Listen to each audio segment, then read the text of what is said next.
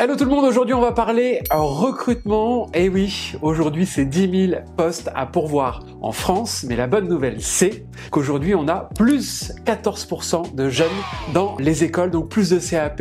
Le métier aurait tendance à de nouveau séduire. Alors aujourd'hui je vais vous partager un maximum de tips pour réussir à gagner des nouveaux collaborateurs, à les attirer dans votre salon, parce qu'aujourd'hui le marché est très concurrentiel. Alors c'est parti. Pour ceux qui ne me connaissent pas, je suis Cyril Dacosta, coiffeur, formateur et fondateur de Dévotion, spécialisé dans l'accompagnement des salons de coiffure. En démarrant cette vidéo, je pourrais vous parler de l'importance, avant de vouloir recruter, de fidéliser ses collaborateurs, mais je vous rassure, je vais parler solutions tout de suite et on parlera à la fin de leviers pour fidéliser nos collaborateurs. Avant de parler de l'annonce, de la diffusion, de comment capter des nouveaux collaborateurs, j'aimerais qu'on aborde deux cas de figure pour ceux et celles qui vont regarder cette vidéo en se disant bah tiens, moi aujourd'hui j'aimerais recruter, soit vous créez un nouveau poste parce que votre salon se développe, soit vous remplacez quelqu'un qui est parti. Et donc, j'aimerais vous partager avant toute chose quelques tips par rapport à ces deux situations. La première situation, c'est que vous avez un salon qui se développe, vous êtes aujourd'hui tout seul ou à deux ou peut-être à trois et vous souhaitez faire rentrer une nouvelle personne parce que vous avez de l'affluence dans votre salon, du volume et vous vous dites bah tiens, j'aimerais bien avoir une nouvelle personne dans l'équipe.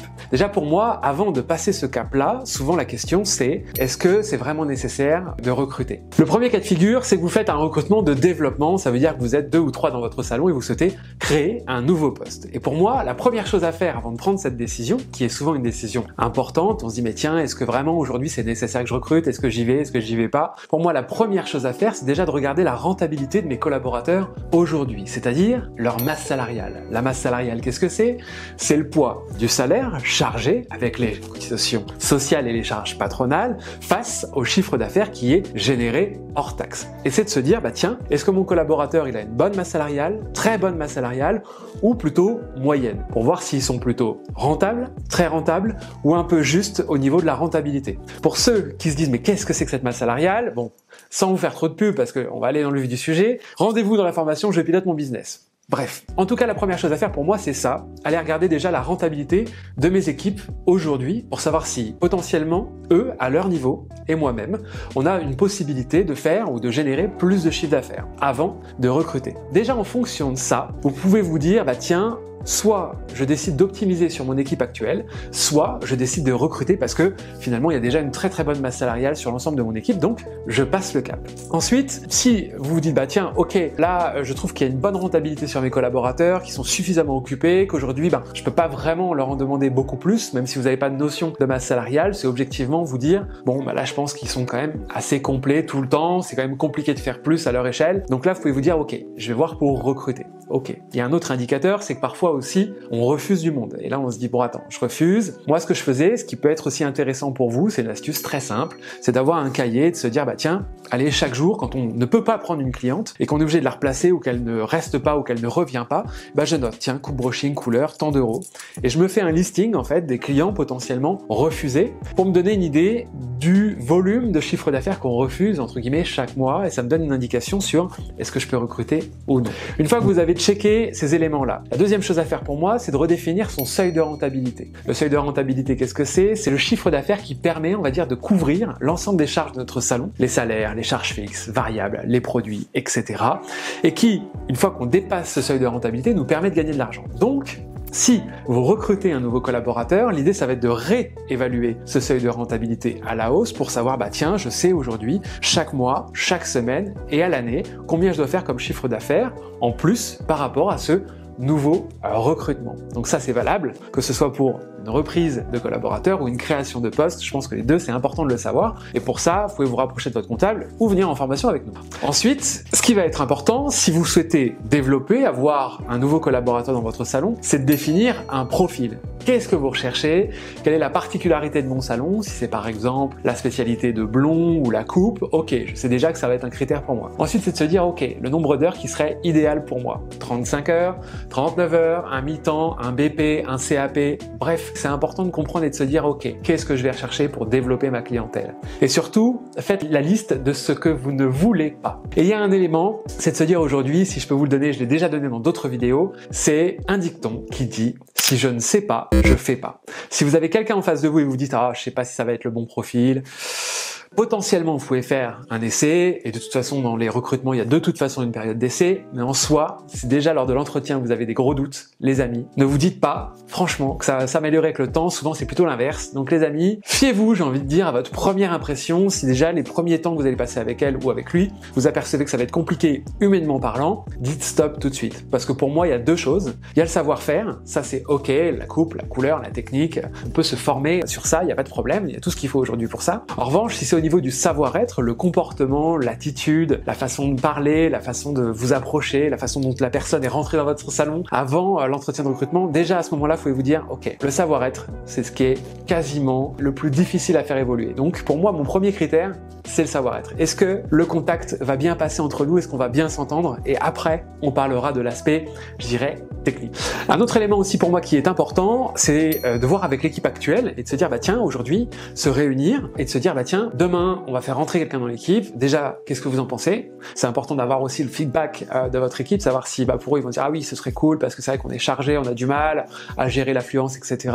Vous allez avoir leur ressenti. Et puis deux, savoir ce que votre équipe attend de ce prochain coéquipier, je dirais, quelles sont les qualités qu'ils aimeraient avoir, etc. Sachant que aujourd'hui, ce qui est important, on l'a compris, le recrutement c'est difficile, mais déjà ce qui est important pour moi, c'est de se dire, ok, idéalement, quel profil je veux, quelle personne je veux, et après je ferai les compromis que je souhaite faire en fonction des personnes qui vont se présenter. Et si c'est un recrutement de remplacement, qui est la situation numéro 2, bah pour moi c'est quasiment les mêmes éléments que ce qu'on a vu juste avant sur un recrutement de développement, sachant qu'encore une fois, je tiens à insister, aujourd'hui, le savoir-faire, c'est pas un problème, on fait évoluer les gens.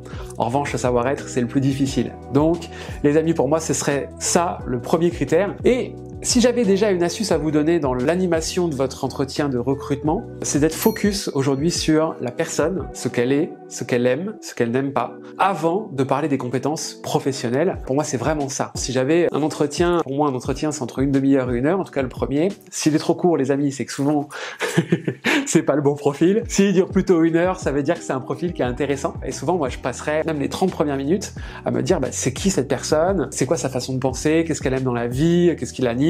Parce que ça en dit long quelque part sur la personne qu'elle sera au sein de votre équipe. Donc voilà ce qu'il vous reste à faire lors de l'entretien.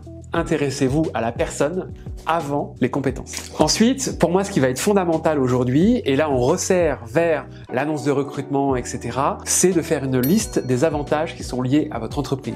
Cette liste d'éléments pourra vous servir, 1, pour conscientiser ce que vous offrez aujourd'hui, ce que vous mettez en place dans votre salon, et 2, lors de l'entretien de recrutement, si vous avez un candidat en face de vous qui vous séduit, au moins vous aurez de quoi le capter immédiatement en disant voilà aujourd'hui, voilà les avantages que tu auras dans notre salon. Dans cette fameuse liste, bien sûr, on va avoir la classique rémunération au chiffre d'affaires, que ce soit prestation et ou revente. Ensuite, il y a certains salons qui offrent une flexibilité dans les horaires, c'est-à-dire qu'ils disent bah ok, aujourd'hui tu fais 35 heures sur 4 jours ou 5 jours et tu as la possibilité de moduler d'un mois à l'autre un petit peu tes horaires, ce qui permet d'avoir plus de flexibilité. Il y en a qui le permettent. D'autres, ils vont mettre en avant aussi les jours de repos sur des journées qui vont être plus séduisantes pour les futurs candidats. Il y a eu le débat un peu moins maintenant du fameux samedi, il y en a qui l'ont mis en place, un samedi par mois, d'autres 2 samedis par mois, d'autres pas du tout parce que ça fait pas partie de leur ADN et c'est ok, chacun fait ce qu'il veut. Ensuite, bien sûr, on a d'autres avantages comme les tickets restaurants, les chèques vacances et d'autres aussi ont mis en place des CE. Donc aujourd'hui, faites une liste de tous ces éléments-là, sans oublier bien sûr les formations et tout ce que vous pouvez faire comme animation, tout ce qui est animation d'équipe, les anniversaires, les journées de cohésion, les repas, bref, tous les éléments qui apportent de la vie. Parce qu'aujourd'hui, effectivement, l'un des premiers critères dans le choix d'un salon de coiffure, beaucoup de gens aujourd'hui pensent que c'est l'argent, mais je dois vous le dire les amis, non, ce n'est pas l'argent. Ça fait partie des 3 principaux critères, certes, mais le premier aujourd'hui, c'est quand même l'ambiance. J'ai envie d'aller travailler dans un salon où je me sens bien, où je peux communiquer avec mes collaborateurs, avec mes coéquipiers, avec mon manager, et que ça se passe bien. Ça, c'est pour moi primordial. Ensuite, c'est les conditions de travail. Eh oui, c'est être formé, bien sûr, aux techniques. C'est être dans un lieu qui est confortable, on va dire. Ensuite, c'est aussi avoir ce qu'il faut en termes de produits, des produits qui nous séduisent, bien sûr. Être formé, encore encore une fois à ces produits, avoir toutes les compétences pour y parvenir et réussir à effectuer toutes mes missions au quotidien. Et en troisième position, bien sûr, on a l'argent. Donc, vous l'aurez compris, dans votre annonce de recrutement, ce qui va être aussi fondamental aujourd'hui, c'est de mettre en avant l'ambiance, votre ADN, votre univers, ensuite les conditions dans lesquelles on va travailler, et ensuite, bien sûr, la partie financière qui viendra pour moi en dernière partie de votre annonce de recrutement. Sur des annonces, parfois on voit salaire 1005 ou 1006 net, brut, en fonction des salons, comment ils ont envie de communiquer.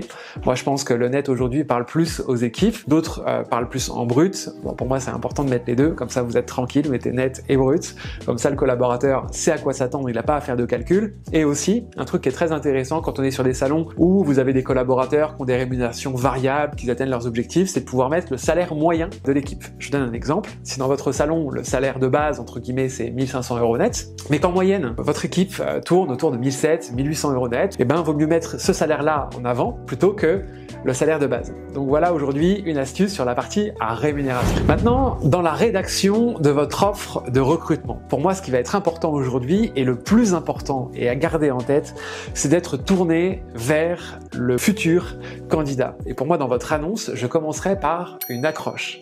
Une accroche, c'est quoi? C'est « tu adores faire des formations ». Ok, ça peut parler à quelqu'un. Tu es spécialisé dans la coupe, ou tu es spécialisé dans la technique, ou tu adores créer du changement chez tes clients, ou pour toi, travailler dans une bonne ambiance c'est fondamental. Voilà, ça c'est une phrase d'accroche. Et ensuite, vous allez dérouler. Ça tombe bien, dans notre salon, c'est le cœur de notre clientèle, c'est ce qu'on fait à 80% du temps, etc., etc. Et c'est comme ça que vous allez capter votre audience. C'est sûr qu'aujourd'hui, recherche coiffeur mixte, CDI 35 heures, salaire 1500 € net, non, aujourd'hui ça n'attire plus ce genre d'annonce. Donc pour moi, il vaut mieux avoir de l'accroche, une accroche en phase avec la particularité de votre salon. Ça peut être l'ambiance, ça peut être la formation, ça peut être un aspect technique. Bref, vous l'aurez compris, faites ressortir dans votre annonce votre particularité. Ensuite, dans votre annonce, ce qui va être important, ça va être de spécifier si on crée une nouvelle clientèle ou si on reprend une clientèle. Pourquoi ?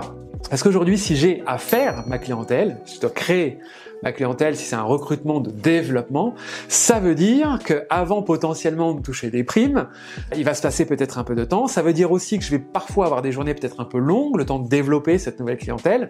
Donc c'est important de le spécifier. Ça peut séduire certains candidats qui vont se dire c'est génial parce que je vais me faire ma clientèle. Et ça peut aussi faire peur à d'autres en se disant ouais, mais du coup, il faut que je fasse ma clientèle. Au début, j'aurai pas forcément mes primes, etc. Et je risque de m'ennuyer. Donc spécifiez bien dans votre annonce si c'est pour une reprise ou c'est pour une création de poste. Aussi, ce qui va être important dans votre annonce, c'est d'y mettre des mots-clés. Même si tout à l'heure, je vous disais qu'il fallait éviter les termes un peu bateaux, genre recherche, coiffeur, aujourd'hui, ça reste des mots-clés. Je les ai juste ici. Les mots-clés, c'est emploi plutôt que offre. Emploi coiffeur plutôt que emploi coiffure, recherche coiffeur et recherche coiffeur. Qualifiés sont des mots-clés et je vous invite à les insérer dans vos annonces sur les différentes plateformes de recrutement. Pour terminer, bien sûr les amis, au-delà de recruter et de réussir ces futurs recrutements, l'intérêt aujourd'hui c'est de fidéliser ses collaborateurs. J'en ai parlé dans cette vidéo des 3 principales motivations de nos collaborateurs pour aller dans une entreprise et d'y rester, bien sûr. Je vous l'ai dit tout à l'heure, l'ambiance, les conditions de travail, l'aspect financier évidemment, mais surtout, même si encore une fois je pourrais refaire une vidéo là-dessus, l'élément le plus important qui fidélise un collaborateur, les amis, c'est vous, c'est nous. Les managers et les gérants, c'est avant tout notre rôle de fidéliser nos collaborateurs et pour ça, pour moi, il y a un enjeu très important aujourd'hui, c'est la communication. Instaurer de la communication dans nos équipes, voir régulièrement en aparté, c'est ce que j'appelle les entretiens individuels, j'en ai déjà parlé et tous ceux qui me connaissent savent que c'est très important pour moi et que c'est un outil tellement puissant pour fidéliser ses collaborateurs, les accompagner, créer de la communication, les fédérer. Les amis, la fidélisation, ça passe par nous, nous, et tous les éléments qu'on met en place. Et je vous inviterai à nous rejoindre sur les formations parce que bien sûr, aujourd'hui, fidéliser ses collaborateurs, il y a tellement d'axes pour réussir cette mission que rendez-vous sur le site pour aller voir toutes nos autres formations qui parlent aussi de fidéliser et recruter nos collaborateurs. Sur ce les amis, j'espère que cette vidéo vous a plu. Je vous dis à très vite sur les réseaux Instagram, Facebook, LinkedIn, YouTube, bref, partout. Bye bye.